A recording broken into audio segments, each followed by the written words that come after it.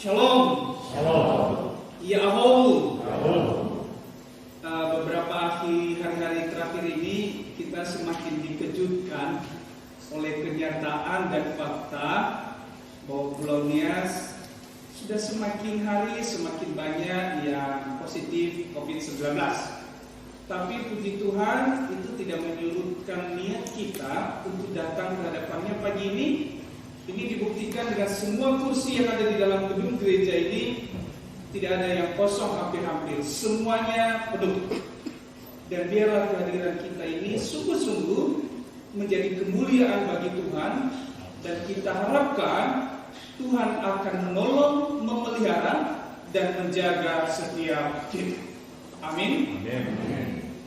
Ada satu persoalan yang terus muncul di dalam kehidupan orang percaya, orang yang disebut sebagai orang Kristen. Dan persoalan ini bukan persoalan baru, tetapi persoalan ini persoalan yang sudah muncul sejak zaman dulu kala, yaitu zaman gereja mula-mula sampai dengan zaman now, zaman sekarang ini. Persoalan apakah itu?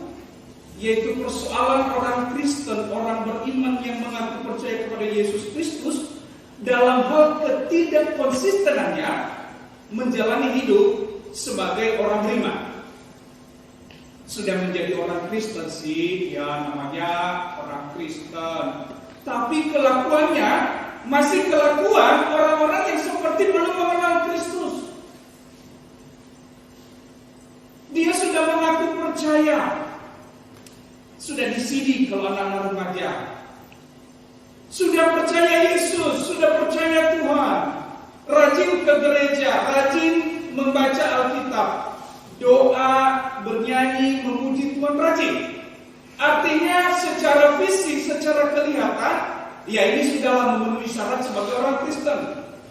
Tetapi kelakuan masih saja ada yang kelakuannya seperti bukan orang percaya.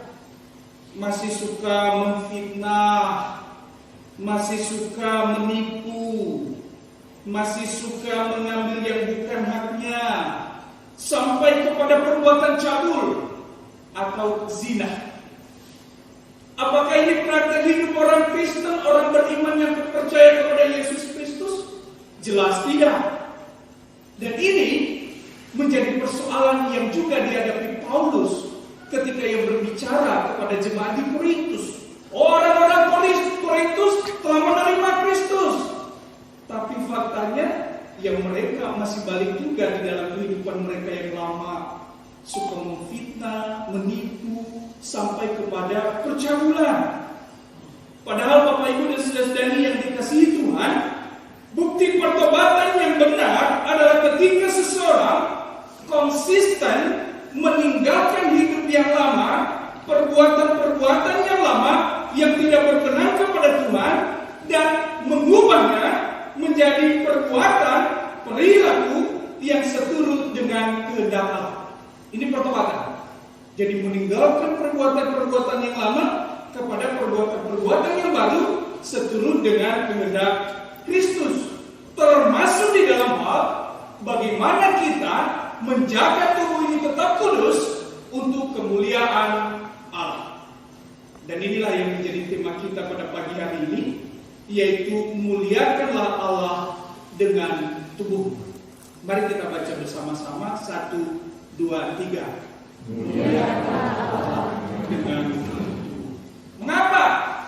Bapak Ibu dan saudara yang dikasihi Tuhan, alasan mengapa kita harus memuliakan Allah dengan tubuh, pertama-tama adalah perlu kita ingat bahwa ketika Allah menciptakan tubuh ini yang dari tanah, itu Allah menciptakannya dengan tangannya sendiri.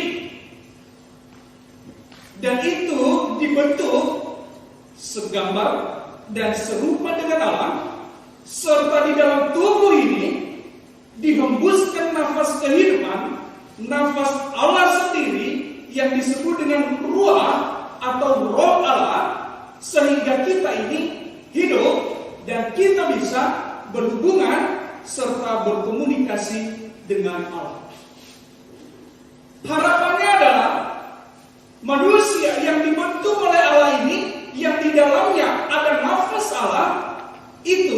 akan digunakan untuk kemuliaan Allah sendiri. Dasarnya kita bisa lihat di dalam Kejadian pasal 1 ayat 27 dan Kejadian pasal 2 ayat 7. Itu alasan yang pertama dari sisi penciptaan. Yang kedua, alasan mengapa tubuh ini harus memuliakan Allah, yaitu bahwa meskipun tubuh ini, hidup ini memilih memberontak kepada Allah dan hidup di dalam dosa-dosanya, tetapi Allah masih mengasihi kita dengan mengutus Yesus Kristus sehingga tubuh ini, hidup ini menjadi tubuh yang dikuduskan, yang berkenan kepada Allah, ditebus, dibayar dengan harga yang mahal. Karena itu muliakanlah Allah dengan tubuh. Di dalam ayat 20 tadi disebut sebab kamu telah dibeli dan harganya telah lunas dibayar. Karena itu muliakanlah Allah dengan tubuh. Di dalam firman Tuhan yang pertama tadi di dalam 1 Petrus pasal 1 ayat 18 sampai 19 juga di sana dijelaskan, ditegaskan bahwa kita ini telah dibayar. Sebab kamu tahu bahwa kamu telah ditebus dari cara hidupmu yang sia-sia yang kamu warisi dari nenek moyangmu itu, bukan dengan barang yang fana, bukan pula dengan perak atau emas, melainkan dengan darah yang mahal, yaitu darah Kristus yang sama seperti darah anak domba yang tak bernoda dan tak bercacat. Orang Kristen ini Paulus menyebutnya itu sebagai orang-orang yang tadinya hidup dalam dosa, hidup dalam kegelapan, kemudian dikuduskan oleh Allah untuk menjadi orang-orang kudus yang akan menerima keselamatan dan juga hidupnya dipergunakan untuk memuliakan Allah. Jadi alasan yang kedua adalah alasan karena kita sudah ditebus dan diselamatkan. Yang pertama tadi alasannya adalah karena kita diciptakan segambar serupa dengan Allah serta di dalam hidup kita mengalir nafas Allah. Yang kedua adalah karena kita sudah ditebus dan diselamatkan oleh Allah. Yang namanya sudah diselamatkan, gunakan hidupmu, gunakan tubuhmu untuk memuliakan Allah.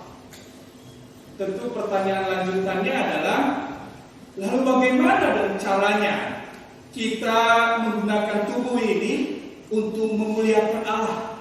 Kita sudah tahu alasannya, tetapi sekarang kita juga perlu tahu bagaimana caranya memuliakan Allah dengan tubuh yang kita punya ini. Caranya yang pertama adalah dengan cara menjaga tubuh ini tetap kudus. Menjaga tubuh ini tetap kudus. Ingat, tubuh di sini bukan hanya soal fisik ini, tetapi keseluruhan aspek kehidupan ini menyangkut pikiran, ucapan, dan juga perilaku kita. Kudus bagi orang Kristen ini bukan soal makanan dan minuman.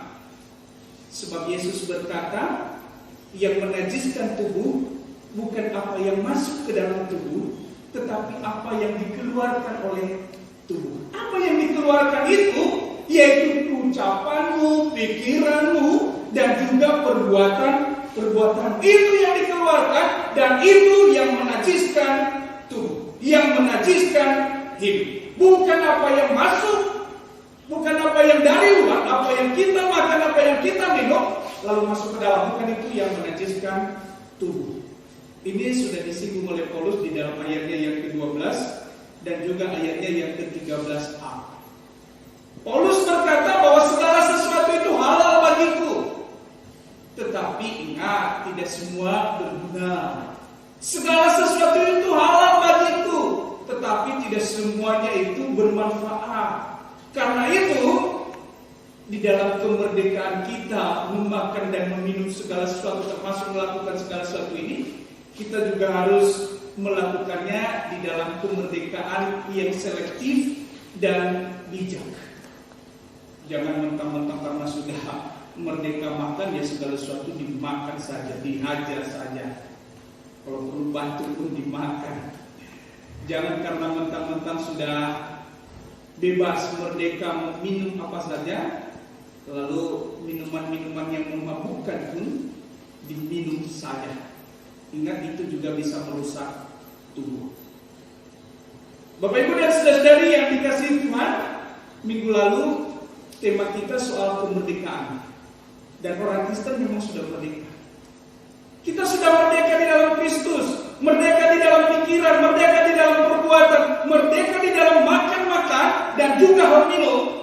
Tetapi ingat, kemerdekaanmu hendaknya itu adalah digunakan untuk memuliakan Tuhan.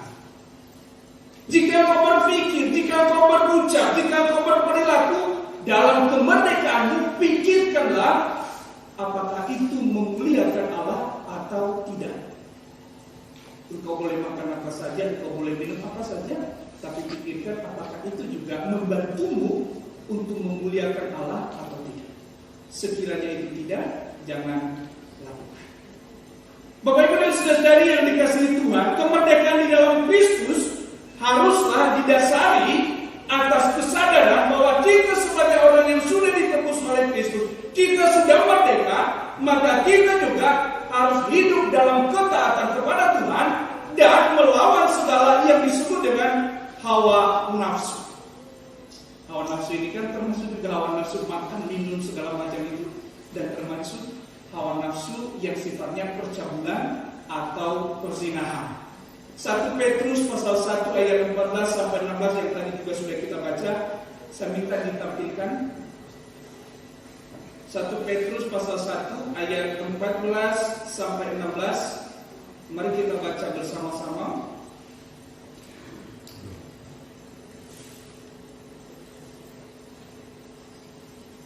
Bisa Aris? Oke. Ini berbicara soal bagaimana kita menjaga kekudusan kita. Ya, sudah tampil. Mari kita baca bersama-sama. 1, 2, 3.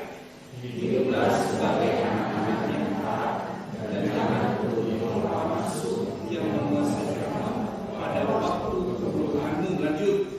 Tetapi hendaklah kamu menjadi kudus di dalam seluruh hidupmu, sama seperti Dia yang kudus, yang telah memanggil kamu. Sebab ada yang tertulis, kuduslah kamu sebab Aku kudus. Jangan turuti hawa nafsu yang menguasai kamu pada waktu kebodohanmu. Waktu kebodohanmu ini maksudnya bukan bodoh, tidak tahu apa-apa, tapi ini adalah masa di mana kau belum mengenal Kristus, belum mengenal Injil, belum menerima Kristus. Itu disebut sebagai masa kebodohanmu, di mana engkau hidup menurut hawa nafsumu sendiri. Engkau menggunakan kemerdekaanmu untuk memenuhi segala hawa nafsumu sendiri, termasuk hawa nafsu percabulan dan perzinahan. Dan Petrus berkata, ya jangan turuti hawa nafsu itu. Engkau sekarang sudah hidup di dalam Kristus dan engkau tahu bahwa Allah kita adalah Allah yang kudus, maka jagalah tubuhmu supaya tetap kudus. Kudus dalam berpikir, kudus dalam berucap, dan juga kudus dalam berperilaku. Kudus dalam berpikir itu berarti buanglah segala kejahatan di dalam pikiranmu, buanglah segala ketidakadilan sejak dalam pikiranmu, buanglah segala sesuatu yang membuat engkau sombong sejak dalam pikiranmu. Ini tadi kita diberikan bacaan nats yang kedua di dalam Kejadian soal menara Babel. Apa yang ada di dalam pikiran orang-orang pada waktu itu ketika mereka membangun menara yang tinggi itu? Ternyata kesombongan. Jadi sejak di dalam berpikir mereka sudah tidak kudus. Wah, marilah kita membangun kota dengan menara yang puncaknya sampai ke ujung langit. Dan mari kita mencari nama. Mari kita mencari nama. Supaya apa? Kita mendapat pujian dari semua orang. Buanglah itu di dalam pikiranmu. Itu namanya engkau berpikir secara kudus. Termasuk segala bentuk kesombongan-kesombongan yang ada atau yang lahir dari pikiran. Itu tadi di dalam Kejadian 11 ayatnya yang keempat. Kudus dalam berucap berucap atau berkata-kata. Artinya apa? Jangan menjadi tukang fitnah. Jangan menjadi tukang tipu. Jangan menjadi tukang maki. Ingat di dalam Amsal pasal 4 ayat 24 dikatakan, buanglah mulut serong dan bibir yang dolak-dalik. Bibir yang kokoh apa gitu. Jadi antara bibir atas dan bibir bawah sudah nggak sinkron. Ya ini kudus dalam berucap berarti kita juga menjaga supaya apa yang kita ucapkan ini, apa yang kita katakan ini sungguh untuk memuji dan memuliakan Allah. Kudus dalam berperilaku. Kalau kita lihat di dalam ayat 9 sebelum bacaan ini, ayat 9, 10, 11 itu sebelum ayat 12 itu diuraikan bahwa kudus dalam berperilaku itu jangan mencuri, jangan menindas, jangan berbuat curang, dan jangan berbuat cabul atau berbuat zina. Ayat 18 dikatakan, jauhkanlah dirimu dari percabulan, sebab setiap dosa lain yang dilakukan manusia terjadi di luar dirinya, tetapi orang yang melakukan percabulan berdosa terhadap dirinya. Ini maksudnya apa? Bapak Ibu dan saudara-saudari yang dikasihi Tuhan, ketika orang mencuri itu dia melakukan dosa di luar dirinya, tetapi dirinya dia ikut berdosa juga. Tetapi ketika ia melakukan percabulan, perzinahan, dosa itu dilakukan di dalam tubuhnya sendiri, di dalam dirinya sendiri. Dan ingat, di dalam ayat 15 dikatakan bahwa tubuhmu adalah milik Kristus, dan di dalam ayat 19 tubuhmu adalah baik Roh Kudus, baik Allah, baik Kristus itu sendiri, dan tubuhmu itu bukan lagi milikmu, melainkan milik Kristus. Karena itu, kalau kau melakukan dosa di dalam tubuhmu ini berupa percabulan, perzinahan, itu berarti engkau mencemari tubuh Kristus dan mencemari baik Roh Kudus, baik Allah, baik Kristus yang ada di dalam tubuh. Jadi ini bagi Paulus mendapatkan penekanan yang luar biasa, supaya hidup kita ini kudus. Kudus dalam berpikir, kudus dalam berucap, kudus dalam berperilaku, dan terlebih kudus dari segala kecemaran, percabulan, dan perzinahan. Karena itu jagalah tubuhmu dari segala kecemaran, supaya tubuh Kristus yang ada di dalam tubuhmu, yang telah menjadi milikmu, dan baik Kristus yang telah ada di dalam dirimu juga tetap kudus. Anak muda, anak remaja, pemuda, saya biasanya memberi nasihat begini: yang sudah pacaran, yang sudah tunangan, ibaratnya belum terjalin hubungan resmi pernikahan, jangan melakukan yang namanya percabulan. Jangan pacaran gelap-gelapan.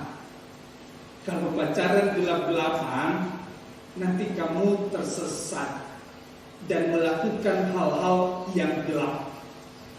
Karena itu, kuduskan dirimu, kuduskan masa-masa pacaranmu, kuduskan masa-masa tunanganmu, masa-masa engkau saling mengenal dengan baik, tanpa melakukan dosa percabulan dan perzinahan. Amin. Bagi yang sudah berkeluarga, jangan lupa juga kuduskan pernikahan. Orang kan biasanya sering sekali tertarik ya, rumput tetangga lebih hijau, katanya begitu. Rumput tetangga lebih hijau sampai-sampai ia lupa merawat rumputnya sendiri. Padahal sehijau-hijaunya rumput tetangga, ya itu tetap miliknya dia kok. Nggak akan bisa menjadi milik. Kalau engkau mengambil, itu berarti engkau mencurinya. Daripada engkau memikirkan menaksir rumput tetangga, ya lebih bagus engkau merawat rumputmu sendiri, supaya terlihat lebih segar, lebih hijau. Karena jangan-jangan orang lain juga melihat rumputmu jauh lebih hijau dari rumput dia. Jadi siapa yang lebih hijau? Ya sama-sama saja sebenarnya. Jadi jaga dan rawatlah pernikahanmu supaya tidak tercemar, dan biarlah pernikahanmu tetap di dalam kekudusannya. Itu yang pertama. Yaitu cara kita memuliakan Allah adalah dengan menjaga tubuh kita ini dan seluruh aspek yang ada di dalamnya, baik dalam pikiran, ucapan, dan perilaku, itu tetap kudus. Yang kedua, yaitu memuliakan Allah dengan tubuh ini, yaitu dengan cara menjadikan tubuh yang sudah dijaga kekudusannya ini, sudah ditebus ini, menjadi persembahan yang hidup, kudus, dan berkenan kepada Allah. Ini kita bisa lihat di dalam Roma 12 ayat 1. Ini juga menjadi teologi Paulus. Dan ini tadi yang sudah kita nyanyikan di lagu yang pertama. Lagu yang pertama, betul ya? Jadi tubuh ini kupersembahkan menjadi persembahan yang hidup, kudus, dan berkenan kepada Tuhan. Oke, mungkin kita berpikir, wah, saya kan sudah menjaga hidupku kudus. Artinya tidak melakukan hal-hal yang cemar.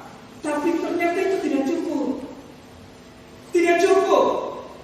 Engkau juga harus bergerak lebih maju, melangkah satu langkah lagi, yaitu menjadikan tubuh yang sudah dijaga sedemikian rupa ini digerakkan untuk melayani Tuhan dan memuliakan Tuhan. Gini, orang duduk diam saja di rumah tanpa melakukan percabulan, tanpa memikirkan yang negatif, tanpa melakukan hal-hal yang buruk, yang cemar, itu juga hidupnya sudah kudus. Yang penting kan dia tetap menjadi orang Kristen. Tapi yang diharapkan adalah memuliakan juga bukan hanya soal tubuh yang diam, tenang, yang dianggap kudus itu, tetapi ini harus menjadi tubuh yang bergerak, yang dimanfaatkan untuk kemuliaan Tuhan. Jadi itu ada bedanya. Jadi orang diam saja itu juga bisa dibilang orang baik, tapi belum bermanfaat. Baru dia bermanfaat kalau orang baik itu melakukan sesuatu, ada aksinya. Tubuh ini, hidup ini, kalau mau memuliakan Tuhan juga harus ada aksinya. Selain dijaga tetap baik, kudus, itu harus ada aksinya. Dalam konteks gereja, dalam konteks komunitas, saya ingin mendaratkan bagaimana tubuh dan hidup ini memuliakan Tuhan, yaitu mari kita gunakan pikiran-pikiran baik kita, pikiran-pikiran yang kudus kita, untuk kita persembahkan, memikirkan kebaikan dan kemajuan bagi gereja kita untuk kemuliaan Tuhan. Oh, di sini banyak orang-orang pintar. Gereja kita ini sumber dayanya luar biasa. Mari kita sumbangkan pikiran-pikiran yang kudus, pikiran-pikiran yang bagus untuk kemajuan pelayanan di gereja kita. Itu persembahan kita. Tidak selalu persembahan itu hanya dalam bentuk uang. Ada orang tidak bisa mempersembahkan uangnya, bahkan tidak bisa mempersembahkan tenaganya karena kesibukan. Tapi ingat, engkau masih bisa mempersembahkan tubuhmu. Dalam hal ini adalah pikiran-pikiran yang positif, pikiran-pikiran yang membangun, ide-ide yang baik. Persembahkanlah di gereja ini, kepada gereja ini, kepada komunitas ini, apa yang baik yang masih bisa kita tingkatkan demi pelayanan di gereja kita. Ucapan-ucapan, kata-kata yang kudus hendaknya juga dipersembahkan bagi terciptanya pelayanan yang lebih baik, saling memotivasi dan menguatkan, bukan saling menjatuhkan. Di kita ini banyak orang memiliki kemampuan memberikan kata-kata motivasi. Dan hal itu kita harapkan kata-kata itu dikeluarkan, diucapkan untuk memotivasi satu dengan yang lain, untuk memotivasi para pelayan.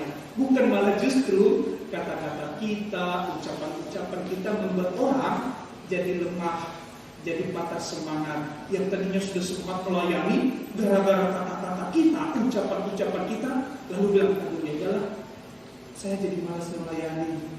Karena tidak ada sama sekali kata-kata yang ada adalah hujatan, dianggap tidak baik dan sebagainya. Tubuh kita adalah termasuk apa yang kita ucapkan, termasuk apa yang kita katakan. Mari kita gunakan ucapan-ucapan kita, kata-kata kita untuk saling memotivasi di dalam gereja ini, di dalam jemaat ini, demi pelayanan yang lebih baik untuk kemuliaan Tuhan. Dan tubuhmu, artinya sebisa mungkin gunakan apa yang ada di dalam tubuhmu, hadirlah di dalam persekutuan-persekutuan, di dalam ibadah-ibadah ini dengan fokus yang baik untuk memuliakan Tuhan. Bapak Ibu dan saudara-saudari yang dikasihi Tuhan, sekali lagi saya ingin tegaskan bahwa tubuh ini seluruh aspeknya adalah harus dipersembahkan bagi kemuliaan Tuhan, baik itu pikiran, baik itu ucapan, maupun hal-hal yang kita miliki dari seluruh aspek kehidupan kita, biarlah itu menjadi hormat dan kemuliaan bagi nama Tuhan. Tema kita berkata, muliakanlah Allah dengan tubuhmu, dalam artian seluruh aspek hidupmu memanfaatkan untuk kemuliaan Tuhan. Amin. Tuhan Yesus memberkati. Ayat hafalan ayat 20.